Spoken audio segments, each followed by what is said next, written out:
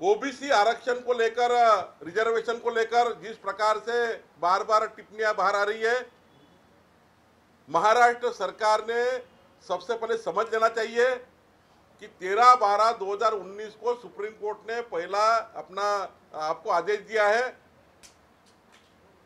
कि आप triple taste करके के कृष्णमूर्ति जी का जो 2010 का सुप्रीम कोर्ट का निर्णय रिजर्वेशन के बारे में वो फॉलो करो। 2.5 साल इंपेरिकल डेटा तैयार करने में सरकार ने लेट कर दी, ओबीसी आयोग ने किया, और इसमें 2.5 साल चले गए। सुप्रीम कोर्ट ने 3 बार इस सरकार को फटकार लगाई, और फटकार लगाने के बाद ये कहा कि आप तीनों टेस्ट नहीं कर रहे हैं, इसलिए आपको हम आपकी राह देखेंगे नहीं। आपने जो कायदा बनाया महाराष्ट्र में रिजर्वेशन का वो बाजू कर दिया और कहा कि 2 हफ्ते में चुनाव लो और उसकी तैयारी करो। अभी तक 2.5 साल के बाद भी महाराष्ट्र सरकार केवल ओबीसी आयोग बना चुकी है। ओबीसी आयोग केवल डेटा जमा करने का काम कर रहा है। वो भी डेटा कौन सा जमा कर रहे हैं, कौन कौन चुन क्या है, इंपेरिकल डेटा का कोई कार्रवाई चालू नहीं की है। तो ओबीसी आयोग ने इंपेरिकल डेटा तैयार करके पॉलिटिकल रिजर्वेशन का डेटा तैयार करके पूरा सुप्रीम कोर्ट को देना पड़ेगा, और सुप्रीम कोर्ट से परमिशन लेके ओबीसी आरक्षण को क्लियर करना पड़ेगा। 2.5 साल नहीं कर रहे करके महाराष्ट्र पे सुप्रीम कोर्ट नाराज है। मध्य प्रदेश पे सुप्रीम कोर्ट ने कोई भी एलिगेशन नहीं लगाया है। महाराष्ट्र में 3 बार सरकार ने, सुप्रीम कोर्ट ने कहा कि आप गलत कर रहे हैं, आप नहीं कर रहे। एमपी सरकार ने तो केवल 4 महीना पहले उनको निर्देश मिला, 4 महीना पहले निर्देश मिला, 4 महीने में उनका इंपेरिकल डेटा तैयार हो गया, 4 महीने में उनका आयोग तैयार हो गया, और 4 महीने के अंदर उन्होंने आखिरी की जो स्टेप है पॉलिटिकल रिजर्वेशन का बैकवर्डनेस क्लियर करने की, वो आखिरी की स्टेज बची है। इसलिए उनको भी कहा कि 2 हफ्ते में चुनाव की तैयारी चालू करो। महाराष्ट्र को भी कहा, इनको भी कहा, लेकिन महाराष्ट्र के निकाल में रिजल्ट में क्या फर्क है? तो महाराष्ट्र में फटकार लगाई 3 बार, उनको फटकार नहीं लगाई। उनको कहा कि बाकी की टेस्ट पूरी करो आप। इसलिए एमपी के रिजल्ट के लेकर महाराष्ट्र के रिजल्ट से कोई उसमें सामान्य ये इनकी बराबरी नहीं होनी चाहिए। महाराष्ट्र सरकार ने तुरंत पॉलिटिकल बैकवर्डनेस, इंपेरिकल डेटा तैयार करके सुप्रीम कोर्ट में जाना चाहिए और पॉलिटिकल रिजर्वेशन मिलाना चाहिए, ये हमारी डिमांड है। बावनकुळे साहेब, काल अर्ध नागपूर शहर अंधारात पूर्ण होतं।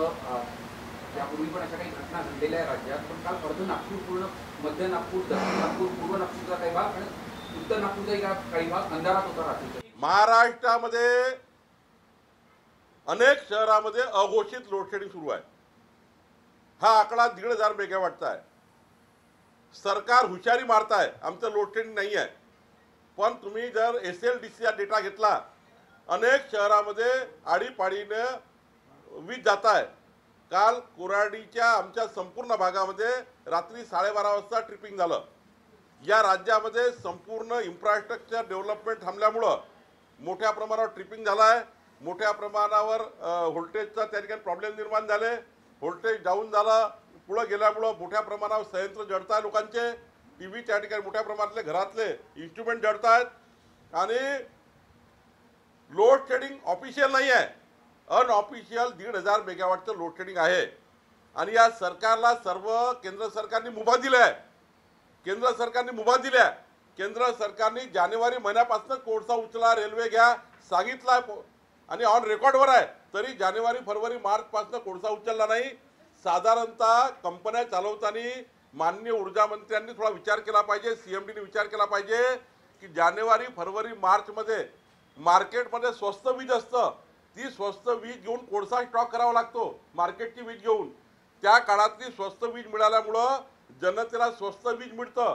त्या काळात त्यांनी तो प्लॅन केला नाही, स्वस्त वीज खरेदी केली नाही, कोळसा वापरला, आणि कोळसा वापरताना कॅश फ्लो नसल्यामुळं यांनी 22 दिवसाचा कोळसा स्टॉक केला नाही, म्हणून एप्रिल, मे, जून मध्ये ही परिस्थिती निर्माण झाली आहे कोळसा नसल्याची। आमच्या सरकारच्या काळामध्ये आम्ही जानेवारी, फरवरी, मार्च मध्ये एप्रिल, मे, जूनचा कोळसा जमा करायचो। एप्रिल, मे, जून मध्ये ऑगस्ट, सप्टेंबर, ऑक्टोबरचा पावसाळ्याचा कोळ जमा व्हायचा।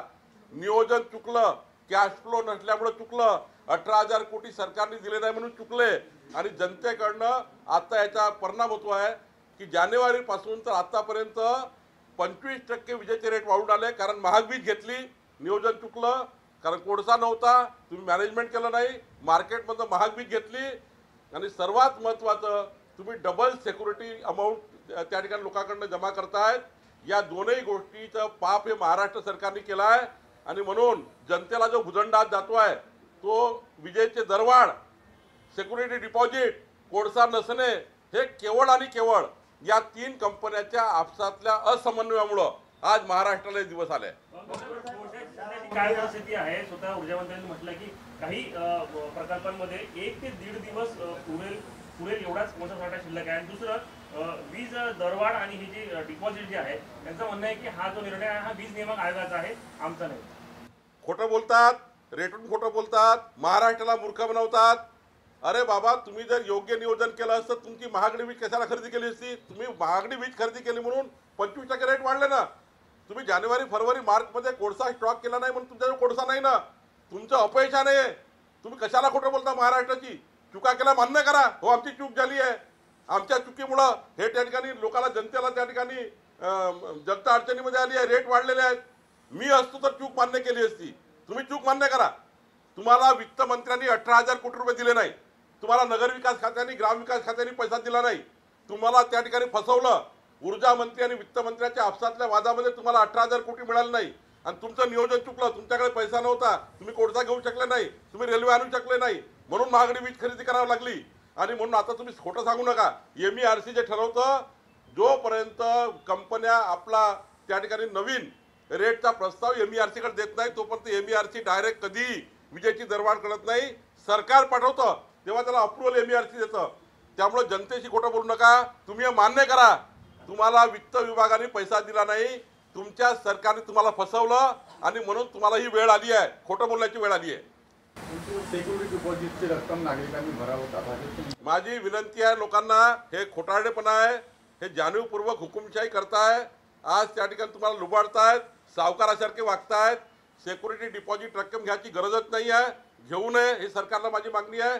MERC कडे पुन्हा जावं आणि MERC कडनं सिक्युरिटी डिपॉझिट रद्द करून घ्यावे अशी मागणी माझी वीज कंपन्यांना आहे. बरोबर सर, भंडारा गोंदिया जिल्हा परिषदेच्या निवडणुकांमध्ये सर्वच पक्षात फोडाफोडी झालेली आहे. तुम्ही राष्ट्रवादीसोबत गोंदियामध्ये सत्तामध्ये, राष्ट्रवादी काँग्रेसमध्ये एक सूर असा होता की जे काँग्रेसचे प्रदेशाध्यक्ष नाना पटोले हे नेहमी माननीय पंतप्रधान मोदीजीबद्दल व्यक्तिगत आणि सार्वजनिक टीका करतात.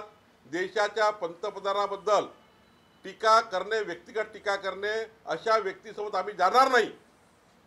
या भूमिकेतनं स्थानिक लेवलला राष्ट्रवादी काँग्रेसने भाजपसोबत येण्याची आणि भाजपने राष्ट्रवादी काँग्रेससोबत जाण्याची भूमिका ठरवली. पण भंडाऱ्यामध्ये चरण वाघमारे यांनी भारतीय जनता पार्टीचे अधिकृत 5 लोक हे नाना पटोले यांच्याकडे नेले आणि चुकीच्या पद्धतीनं काँग्रेसला मतदान केलं. म्हणून त्या ठिकाणी 2 मतांनी केवळ भंडारात पराभव झाला. गोंदियामध्ये आम्ही 40+नी 52 पैकी 40+नी आम्ही त्या ठिकाणी अध्यक्ष उपाध्यक्ष निवडून आणलाय.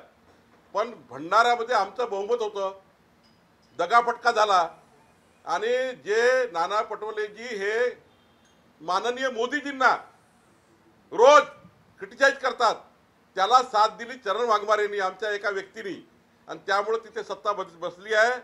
चरण वाघमारे यांना 6 वर्षाकरता सस्पेंड केला आहे. पण त्या ठिकाणी मी आपल्याला जबाबदारी सांगतो, ही अनैसर्गिक सत्ता बसलेली आहे. त्याला आम्ही लवकरात लवकर ती सत्ता बाजूला करू आणि त्या ठिकाणी भारतीय जनता पार्टीची पुन्हा सरकार येईल हे मी दाव्याने सांगतोय. प्रफुल्ल पटेल नैसर्गिक सत्ता आहे, मग गोंदियामध्ये तुम्ही राष्ट्रवादी काँग्रेससोबत जी युती आघाडी केली की मी वारंवार सांगतो, त्यांच्या भंडारा गोंदियाच्या परिस्थितीमध्ये त्यांनी सांगितलं की प्रधानमंत्री मोदीजींना डायरेक्ट प्रधानमंत्र्यांना, पार्टी नाही, पक्ष नाही, त्यांनी ठरवलं. तिथल्या लोकल कार्यकर्त्यांनी, तिथे कोणी नेता नव्हता, लोकल कार्यकर्त्यांनी ठरवलं की देशाच्या पंतप्रधानाबद्दल वाईट बोलणाऱ्या लोकांसोबत आम्ही जाणार नाही. आणि म्हणून त्यांनी राष्ट्रवादी काँग्रेस भाजप ही एकत्र आली. बाकी विषय बाजूला सारले, बाकी राजकारणाचे विषय बाजूला सारले गेले. केवळ माननीय मोदीजींना शिवाय देणाऱ्या व्यक्तीसोबत आम्ही जाणार नाही. मोदीजी कुणाही पक्षाचे असतील पण देशाचे पंतप्रधान आहे आणि म्हणूनच त्यांनी आम्हाला समर्थन केलं, आम्ही त्यांना समर्थन केलं. प्रफुल्ल पटेल आणि नाना पटोले सारखे दिग्गज नेते असताना महाविकास आघाडी फुटणे हा कशाचा संकेत मानतात? महाविकास आघाडीमध्ये केवळ एकाच कारणाने फूट झाली की माननीय प्रधानमंत्र्यांना वाईट पद्धतीने बोलणे यावर स्थानिक कार्यकर्त्यांनी राग व्यक्त केला आणि म्हणून त्या ठिकाणी भाजप आणि राष्ट्रवादी काँग्रेसची युती झाली आणि महाविकास आघाडीमध्ये 2 गट पडले. काय का म्हणजे भाजपचा एक गट काँग्रेसला मिळाला, त्यामुळे भंडारामध्ये त्याची सत्ता आली. का असं झालं? का भाजपमध्ये लोक फुटतायत? नाही, भाजपाचे कोणी लोक फुटत नाही. चरण वाघमारेच्या म्हणण्यावर ज्या लोकांना मी तिकीट दिल्या ते त्याचे समर्थक म्हणून त्या ठिकाणी गेले. पण मी दाव्याने सांगतो, जेव्हा आत्ता कोर्टात केस जाईल, त्यांचं डिस्क्वालिफिकेशन करता येईल, तेव्हा नक्की ते परत येतील. कारण डिस्क्वालिफिकेशन जेव्हा होईल तेव्हा नक्की परत येतील. त्यांनी चुकीच्या पद्धतीने व्हीपचा अनादर करून मतदान केलं आहे. भाजप वगैरे कोणी फुटली नाही. 4 लोक फुटल्या म्हणजे भाजप फुटली नाही. आमचा पक्ष त्या ठिकाणी बरोबर आहे. एक नेत्यांनी त्या ठिकाणी प्रधानमंत्री मोदीजींना शिवाय देणाऱ्या लोकांसोबत युती केली आहे. त्याचा धडा आम्ही शिकवला आहे. त्यांना 6 वर्षाकरता निलंबित केला आहे आणि तिथल्या 3ही बॉडी तुमसर तालुका, मोवाडी तालुक्यातल्या संपूर्ण कार्यकाऱ्यांना बरखास्त केले आहे. भाजप कोर्टात जाणार का? 100% त्या 5 सदस्यांना डिस्क्वालिफाय करण्याकरता भाजप कोर्टात जाणार आणि त्यांना डिस्क्वालिफाय केल्याशिवाय आम्ही राहणार नाही. द कश्मीर फाइल मूवी के लिए भारतीय जनता पार्टी ने सपोर्ट किया था. इस समय फिर षड्यंत्र हो रहा है द कन्वर्शन मूवी के लिए. ऐसे में भारतीय जनता पार्टी की क्या भूमिका रहेगी? देखिए कि कश्मीर फाइल के टाइम भी जो देश की स्थिति है, हमारे देश में जो घटनाएं सत्य कहानी पर आधारित है और जो इनको वो सहन नहीं कर पाते, इनको लगता है कि ऐसी मूवी अगर देश के सामने आ गई तो हमारा जनाधार खत्म हो जाएगा. हम जिनके साथ बैठे हैं उन लोगों के सरकार के समय में ये घटनाएं हुई है और ऐसी मूवी आई तो हमारा लोग हमको थू थू करेंगे. इसलिए ये ऐसा षड्यंत्र बार बार करते हैं.